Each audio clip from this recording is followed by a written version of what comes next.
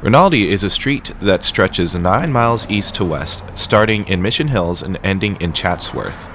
My commute takes me from the east end of Porter Ranch into Mission Hills. I'll be talking about my experience taking Rinaldi as a part of my commute and why, with all of its faults, I still think it's a worthwhile ride. In general, the entirety of Rinaldi lacks any physical separation between bikes and cars, and I feel two ways about this. On the one hand, having any physical separation between cars and myself would increase the safety of my commute significantly. On the other hand, paint does provide predictability, and bike lanes have been consistently respected by drivers.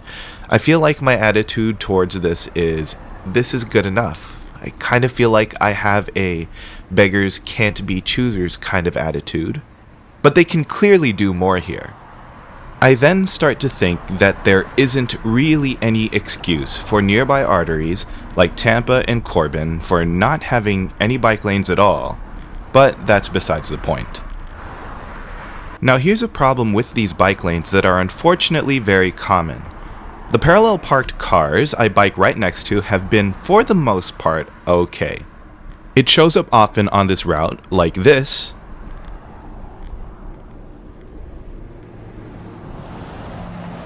like this, and this.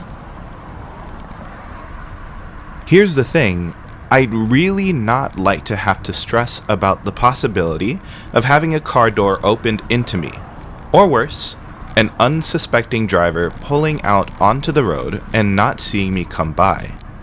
I'm always on high alert when riding past these parked cars because you never know. However, nothing catastrophic has happened yet, so far, so good. Something that was initially frightening but has now become the fun part of my commute has been the descent after Zelza. I've personally picked up speeds close to 40 miles per hour at peak speed, and I'm glad the bike lane is in a clear enough spot that I don't have to worry about crashing into anything at high speed. I do get annoyed when a stoplight prevents me from cruising any faster, but it's not difficult to pedal on forward from there. It's not uncommon for me to have moments of overtaking congested traffic. Here's a brief moment of this happening.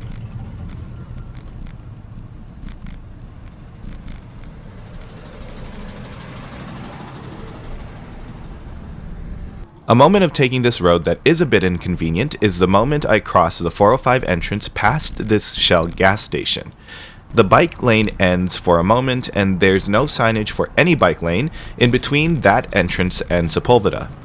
It's annoying to myself and the occasional driver that has to wait for me to cross that intersection.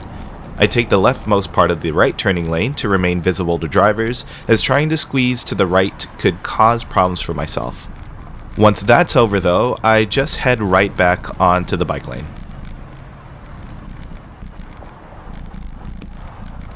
The bike lane continues up until shortly before meeting with Laurel Canyon.